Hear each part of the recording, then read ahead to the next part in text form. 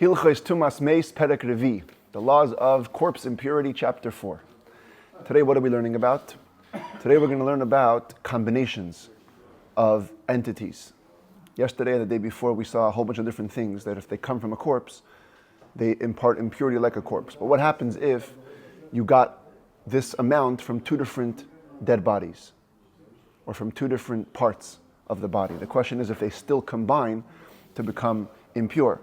And we're also going to learn about what's called yad l'tumah. Yad l'tumah means a handle, an accessory to an impure entity could also become impure. And we're also going to have tuma belua. Tuma belua means absorbed impurity. If a source of impurity becomes absorbed into the ground, typically it stops communicating impurity. And that's going to be another law we're going to have at the end. And then it's going to conclude the chapter with a very interesting law about different types of impurity coming together. The corpse transmits impurity in three ways, right? Touching, carrying, and being in the same room or tent. So what happens if you combined different types? You touched part of it and you carried part of it. So we're going to see how those work. Let's go. Halacha Aleph. Revi is dam haba mishnei mesim. You have a quarter of a log of blood. That's the amount of blood that typically imparts impurity from a corpse. The thing is, you got this revius combined from two dead bodies. 1.5 ounces from this one, 1.5 ounces from that one. You see how this is different colors? I don't know if you can see on the screen. It's divided in two different colors just to show that point. It came from two different bodies. It says the Rambam Tahira. That is pure. Ad shatiya kol revius mimeis echad.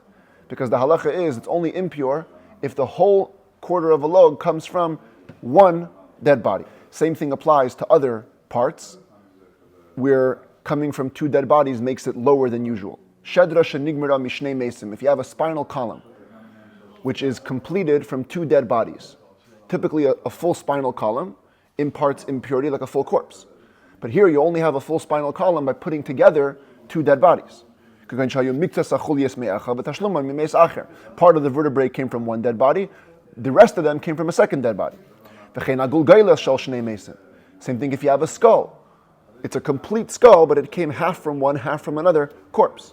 A quarter of a kav of bones, which also impart impurity, but here you got it from two dead bodies. Or a detached limb, a full limb. It's got all the parts, but it came from two dead bodies. Kol Elu says that Rambam, all of these, they go down a level. They're not totally pure, but they're better than they used to be. Einan mitamin ba'oil. They're no longer going to impart impurity through a tent, through being in the same room or through covering them. Ella b'mago v'masa kishar kol hatzomers. Rather, only with touching and with carrying, like any other bone. In other words, they don't get this special status of being like a full corpse, since they came from two different dead bodies. Halacha beis ever min hachai mishnei anashim. If you have a limb that was detached from a live body that came from two people, toher, that's completely pure. Afilu meish echad, even if the limb came from one person, im nechlak lishnayim tar, if it's split in two, it becomes pure. Because the thing with ever min hachai is that as soon as part of it is damaged, the whole thing loses its impure status. Halacha gimel kezayis basar mishnei mesim. You have an olive-sized portion of corpse flesh, again came from two dead bodies.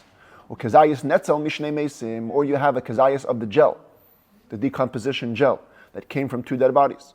Or maloi chafnayim rakav mishnei mesim, or you got a double handful of the powder from two dead bodies. But the Rambam adds very importantly, shekol echad mihen yesh leirakav, where each individual body would meet all the conditions of rakav. Remember yesterday we had 6 conditions?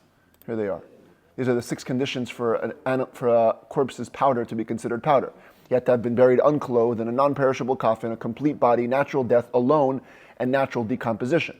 So obviously we're not talking about a case where two people were buried together and you have combined powder, because that wouldn't meet the condition number 5 of buried alone. The Rambam is saying, shekol echad mihen yesh leirakav.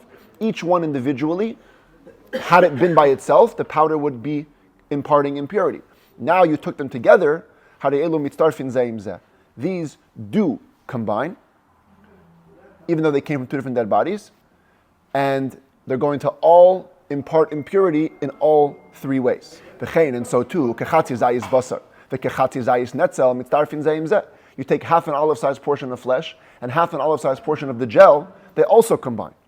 Ushar kol hatumas shebemeis ein mitztarfin zeh im zeh. But all other entities of impurity from the corpse do not combine, because because they aren't equal in their amounts. Let's say a bone is a barleycorn size, flesh is an olive size. You have different amounts, you can't combine different sizes, but within the same size, you certainly could.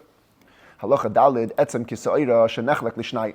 You have a small bone, it's the size of a barleycorn, which means that it imparts impurity, but then it splits into two. It says that Rambam mitame b'masa. It will still impart impurity through carrying. Why? Obviously no longer through touching, because when you touch it, you're not touching the full bone. But if you carry the complete bone, you're carrying a barleycorn size of bone. So you're still going to become impure. You have a quarter of a kav of bones from one corpse. They were all crushed. And there is no one single unit that's the size of a barleycorn. They still impart impurity in a tent as if they weren't crushed.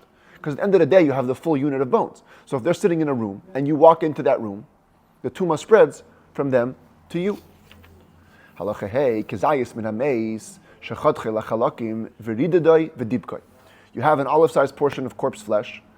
You cut it into pieces. So now its natural state was destroyed. And now you come and try to connect it. You squeeze them together, you apply some heat, and now it's glued together. So the Rambam says, mitame ba'oyel uvamasa. So in the end of the day, you have the full kizayis. Therefore, if it's in the tent, or if it's carried, it's going to impart impurity. But it's not going to impart impurity if you touch part of it. Afal pisha chibra, even though you attached it, and now you're holding in your hand a full kizayis of flesh. Nevertheless, and this is a very important rule that comes repeated again and again, she'ein chibure adam chibur. What a man does, man-made connections are not called attachments. So even though you're holding a kizayis of meat, but it's not naturally combined, touching it is like touching two separate units, and you're not going to be tamei. Carrying intent, of course you will. Halacha vav kizayis chelev shalem shehiticha. You have an olive-sized portion of fat, and you melted it. Tamei, it's still impure, because it's still the full kizayis. Haya mefayrad v'hitichai, but if it was two separate pieces of fat, same principle, and you melted it together, and now it's one big lump, tahar, it's still pure. Why? Because you don't have a full kazayas of naturally combined fats. Halacha zayin shedra shenigreru mimenu roiv chuliyos shala. You have the spinal column. I'll just go back to this. But if you know how the spine works, so the vertebrae are also like sticking out of it. So let's say you scrape down or you scratch down all the protrusions of the spinal cord, or most of them, roiv chuliyos shala. Afal pisha shilda kayemes, even if the skeleton, in other words, the general frame of the spinal column, is still there, eina mitama ba'oyel. Says the Rambam, it loses its full status of being a spine because it's missing the protrusions of the vertebrae, and it's no longer going to be imparting impurity through a tent. But if the spinal column is inside a grave, afilu mishuberes, afilu michuteses, even if it's broken or crushed, mitama ba'oyel, it is still imparting impurity via tent. Anything inside a grave is considered to be combined into one unit. That's a big rule that we have all over the place. Whatever is in a grave is connected. So at the end of the day, yes, the spinal column is broken, but you have all the pieces in the grave. So therefore it's mitame. Halacha ches. Kol ha-mitamin ba'oyel. Shenechleku. Any part of the dead body which usually would transmit impurity through a tent, and then it's split, like some of the examples we gave in Halacha Aleph, right? You have a revius of blood and it splits into two. You have a spinal column, it splits into two. If you brought them into the home, so now it's kind of like the grave. You have the full entity is inside one home. The fact that they're in the tent combines them, and that itself allows them to continue imparting impurity through the tent. Halacha tes, here we learn the law of yad, of an accessory or a handle to impurity. Etzem sheyesh alav kazayis basar bidei shamayim. You have a stone you have a bone that has on it an olive-sized portion of flesh. Bidei shamayim means naturally, that's how it is. But think of it like a long bone, and the kazayis of flesh is only over here, on the one end. If you enter part of the bone into the home, even if it's the part that doesn't have any flesh on it, this is the fascinating thing. Nitma habayis. the whole home becomes impure. Why? Because the fact that there's a kazayas of flesh on the bone becomes a yad, an extension for the tuma, and it itself becomes impure like the flesh. And therefore, by putting in part of it, the whole house becomes impure. It goes even more. Shnei atzamais va'aleihem ki shnei chatzayei zeisim basar. You have two bones. Together, there's two half olive size portions. So on one bone, there's a half an olive size, other bone, half an olive size. Together, you have a full kazayas. Says the Rambam, they both combine, both yads, both accessories, combine to become fully impure. Even if you put in part of them inside the home, habayis tameh, the house and everything inside it becomes impure. But if it was a human intervention, somebody stuck this olive-sized portion of flesh onto the bone, habayis tahor, then by putting in part of it, the house will be pure. Because again, attachments made by man are not attachments. Now, of course, if you put in the actual flesh, the house is impure because of the flesh, not because of the bone.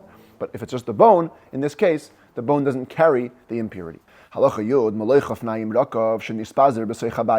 have the double handful of the powder, which typically, if it's together in a unit, you can't touch it. Touching it won't impart impurity, but carrying it in a tent will. But here, it's scattered in the home. Says the Rambam, this is a similar principle to the concept of the oihel mitzarfon. Habayis tameh. The home remains impure because totally in the house there's enough rakav to make it impure. Now, what's the chidush here? The chidush here is that yesterday we learned that when it comes to rakav, it has to be pure powder from a corpse. If anything else mixes with it, any other parts of the perishable coffin or whatever it is, the whole thing becomes pure. Except that Rambam said, ofar kol shehu, a little bit of dirt, doesn't take away from the impurity. So here one might say that if it's scattered in the home, so now all this powder is mixing with the dirt on the floor of the home. This is before floored homes. Everything was raw dirt. So it's very possible that a lot of the rakav got mixed with dirt, and then if it's too much dirt, maybe it does cancel the power of the rakav. Says the Rambam, no. As long as you have a total of a double handful of rakav inside the house is impure. Halacha Yud Aleph, now we transition to tuma belua, the idea of swallowed or absorbed impurity. Revi is dam shenivla b'sei chabayis. Says the Rambam, if you have a quarter of a log of blood, and it was in a home, and then it absorbed into the ground. Habayis tahir lahaba. Anything that happens after the blood got absorbed, the house is pure. But whatever was in the house when the blood was absorbed and was still on the surface of the ground is impure. Halacha Yud Bey is kazayis min Meis she'avad b'sei chabayis. You have an olive-sized portion of flesh from a corpse that's lost in a home. Ubikesh v'loi nimtza, and you checked for it and you didn't find it. Habayis tahir, the house is pure. What happened to the meat? We say that a weasel or a mouse ate it. But if you find it, then we don't say maybe it's a new piece of flesh. We say what's called in Hebrew kan nimtza kan haya. It was found now, it's always been there. We say that the house remains impure retroactively from the time that you lost it till the time that you found it. Halacha Yud Gimel Revi'is dam shenishpach ba'avir. You have a quarter of a log of blood that was spilled ba'avir. Now ba'avir is a bit of an argument what it means. Elsewhere, the Rambam himself seems to write in Pirush HaMishnayos that this means that there was an area inside a structure, inside a home that was unroofed. You have like a little atrium sometimes, or things like that, an unroofed part of a structure. The other way to explain it, which seems to be the way that Rambam understands it over here in his Yad, is that ba'avir simply means the open air. Outside, on the street. That's how we're going to interpret it over here. So you have a quarter of a log of blood spills into the open air. Just somewhere on the floor outside. Im karash shahaya b'makim eshbeiren. If it congealed in place, or it collected in a crack, or in a hole of sorts. What is eshbeiren? Eshbeiren is a place that's a little low, like a little ditch. So since you have the entire unit of blood, if a person forms a tent, even over part of it, nitma, he becomes impure. Because he's formed a tent over a full revius of blood, which transmits impurity. And it's considered to be one entity, and it's right there above the ground. So that's this case over here. In the open air, it's collected or congealed, it's considered to be impure. Nishbach Allah iskupa b'mayrat. If the blood spills onto the threshold of a house, on an incline, bein lifnim, bein lachutz, whether the incline is going in towards the inside of the house or out towards the outside of the house. So here's your threshold, and today we have very low threshold, so it's no problem, but usually they used to have higher threshold with little ramps going down. So there's a ramp going into the house and a ramp going out of the house. So whether the incline is going in or going out, the point is the blood is collecting on an incline, habayis toher. Says the Rambam, the entire house remains pure, shaharei loinoch hadam al ha'iskupa, because the blood never comes to rest on the threshold since it's on an incline. So what? So what if it doesn't rest? So here we have a very big argument in the commentaries. One opinion is that if it doesn't come to rest, then it's not considered to be connected. It's not considered to be one entity.